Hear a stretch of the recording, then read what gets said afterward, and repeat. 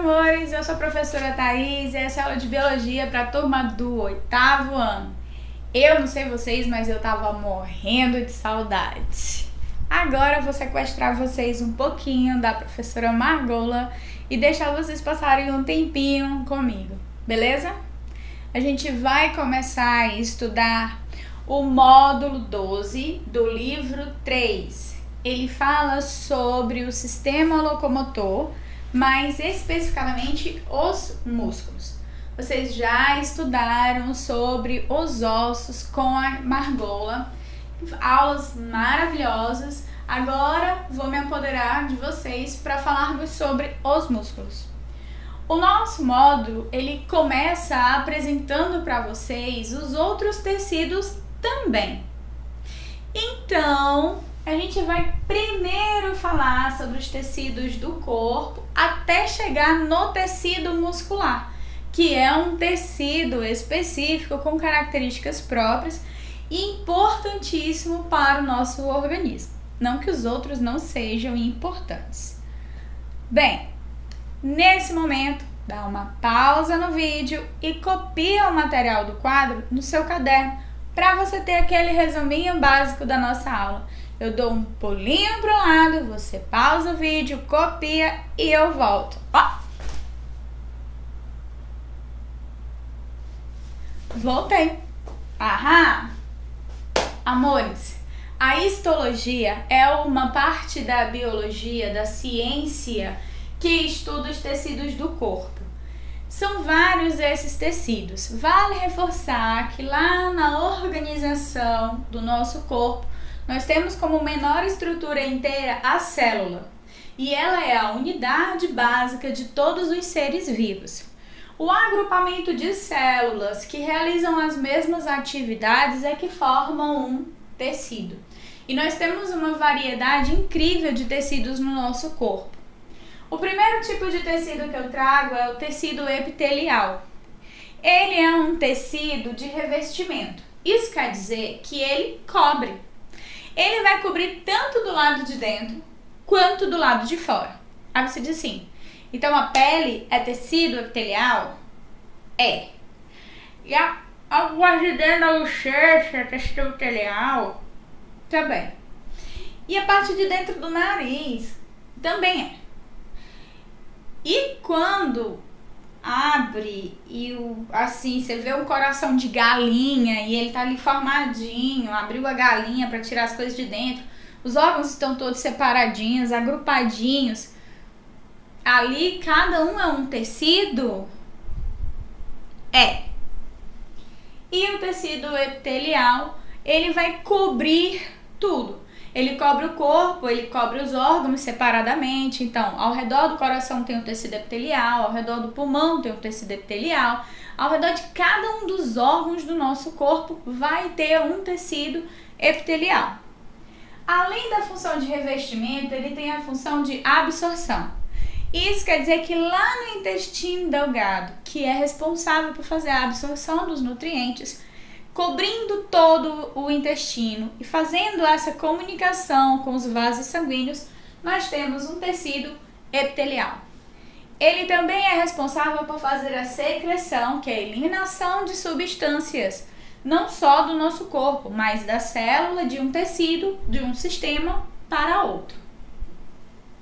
É imprescindível para a proteção do nosso organismo, tanto interna quanto externamente. E externamente, pela pele, dos raios solares, da poeira, de impacto, de micro-organismo, do vento, de tudo. É a pele a primeira barreira a proteger o nosso corpo.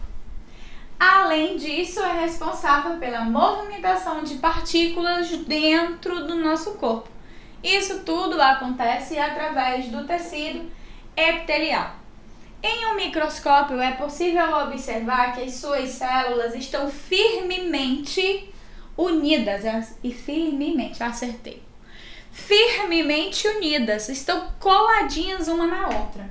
Existe pouquíssimo material entre uma célula e outra. Esse material, ele vai colar uma célula na outra. existem tecidos que têm um material vasto, intercelular ou extracelular. Os dois termos estão corretos, tá bom? Intercelular, que deixa claro que é entre as células, ou extracelular, que deixa claro que é do lado de fora da célula. No caso do tecido epitelial, esse material é pouquíssimo, quase inexistente. Quando você vê o tecido epitelial no microscópio, parece que as células estão uma em cima da outra. Mas o que mantém elas unidas é esse material intercelular. Um outro dado interessante sobre o tecido epitelial é que ele não tem vasos sanguíneos. Isso quer dizer que quando você corta um tecido epitelial, não sangra. Sabe aquela queda de bicicleta? Ou mesmo só da carreira? Você se tropeça, ou em si, ou em alguém, cai, arrasta o braço e dá aquela arranhada assim, só dá aquela aguinha. Não tem aquela que fica cheia de areia, que você passa assim pra tirar a areia. Que parece que a sua alma tá saindo do seu corpo e parece que as areias, o grãozinho de areia, em vez de sair, parece que tá entrando, mas não sangra. Amor, é porque você atingiu apenas o tecido epitelial. Sangrou, você foi um pouquinho mais fundo, já ultrapassou o tecido epitelial, tá bom? Não sangra, é tecido epitelial. Esse tecido epitelial, ele pode ser classificado de acordo com a sua função. Nós temos um grupo de tecidos que é de revestimento e um grupo de tecidos que é glandular.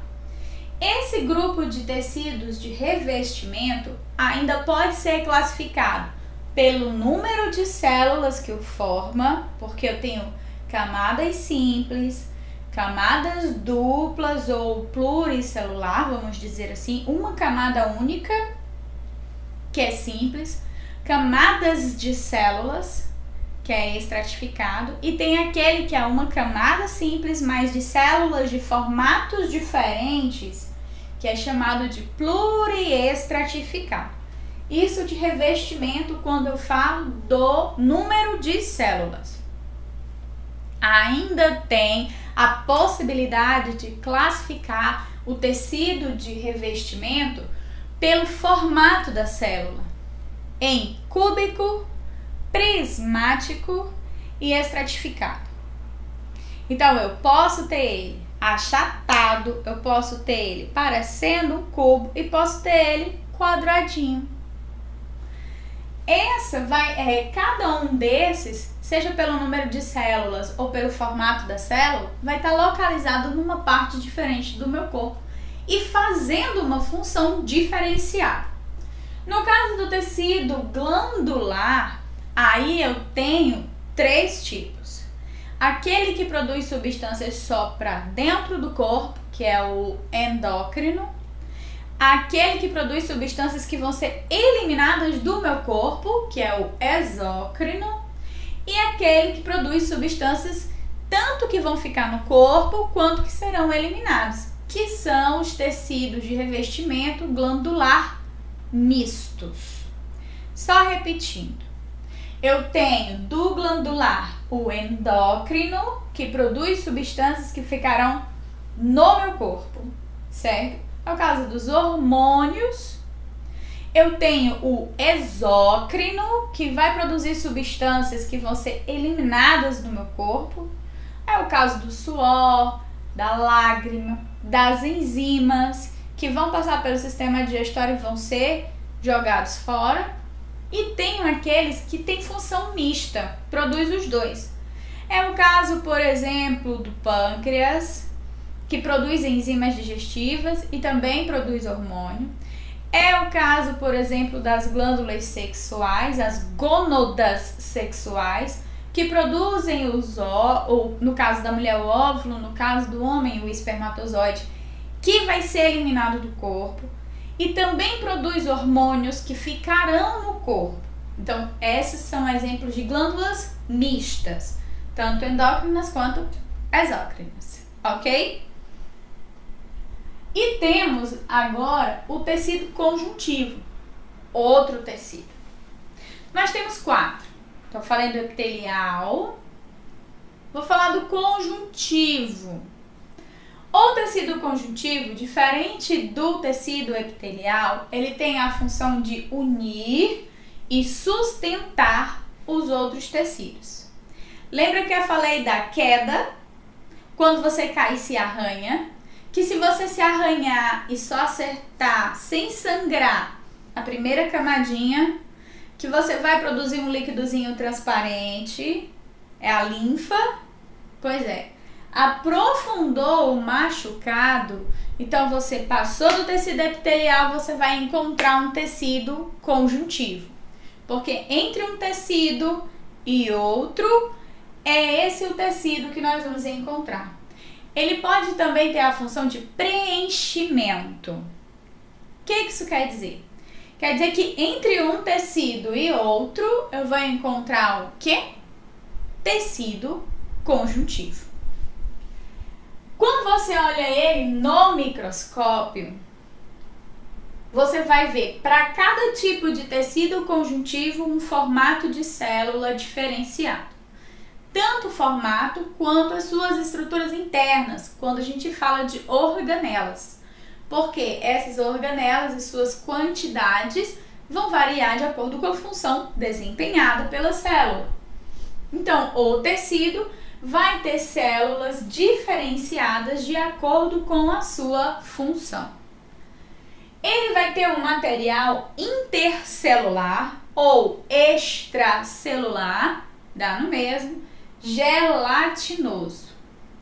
Então, se eu olhei no microscópio, a célula parece que está bem coladinha uma na outra, vai ser tecido epitelial, porque tem pouco material intercelular.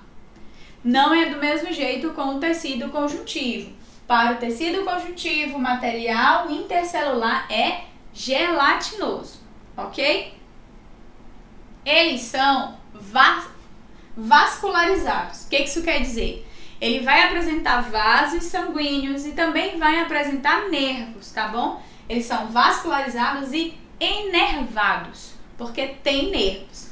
Tem um asterisco aqui em cima, olha, tá vendo? Por quê?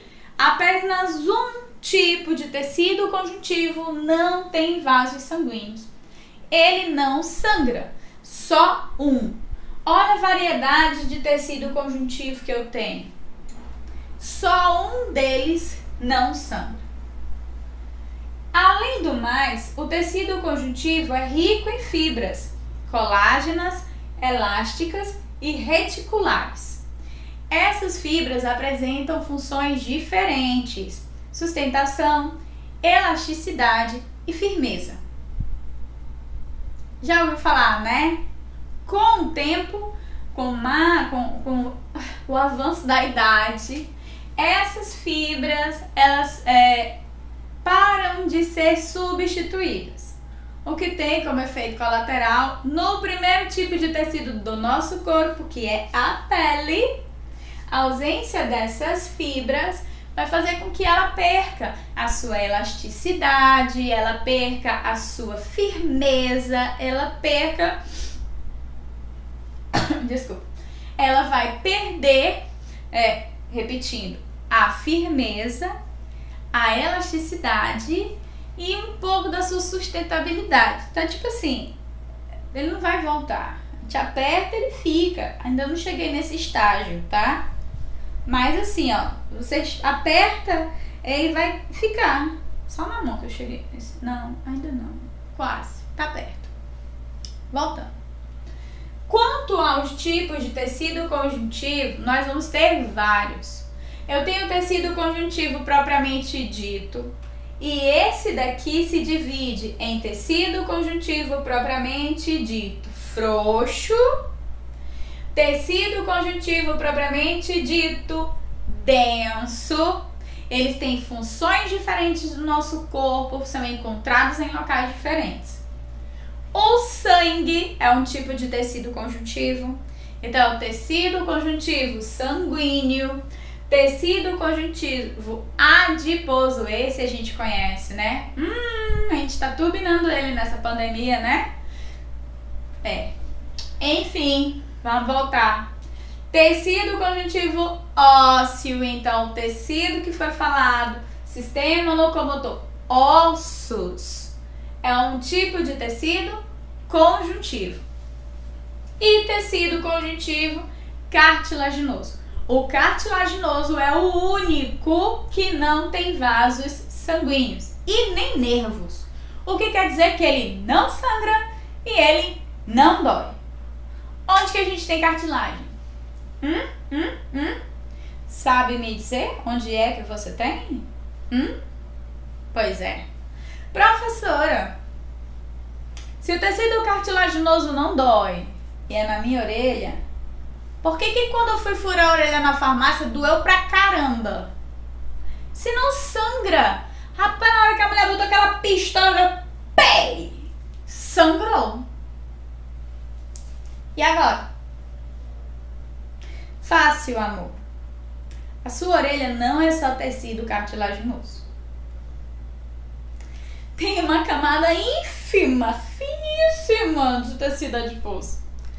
Quase nada, mas tem. E ela tem tecido epitelial, meu amor. E aí, colando ela, tem tecido conjuntivo propriamente dito. Olha isso. São várias camadas de tecidos para formar a sua orelha. Dessas camadas, só 2 não tem vasos sanguíneos nem nervos, que é a camada do tecido epitelial que reveste e a camada de tecido cartilaginoso que está literalmente no meio. Entre essas camadas, todas as outras sangram e doem. Outra parte que dói pra caramba e é cartilagem é aqui, ó. Um murro no nariz dói pra caramba, né? Mas dói porque, na verdade, tem várias camadas até chegar na cartilagem. Outra coisa, uma pancada no nariz, amor, vai querer fazer com que a cartilagem se solte do osso. Isso não é um movimento muito natural. Então vai sim doer. Porque todas as outras partes que formam esse pedacinho do seu rosto e que mantém a cartilagem, o tecido cartilaginoso coladinho no tecido ósseo, são vascularizados. Viu? Bem, eu vou dar por encerrado com esses 2 tecidos. Na nossa próxima aula, a gente vai ver os 2 que estão faltando. Vou começar pelo nervoso de uma forma bem sutil e aí a gente aprofunda no muscular. Beleza? A gente se vê na próxima aula.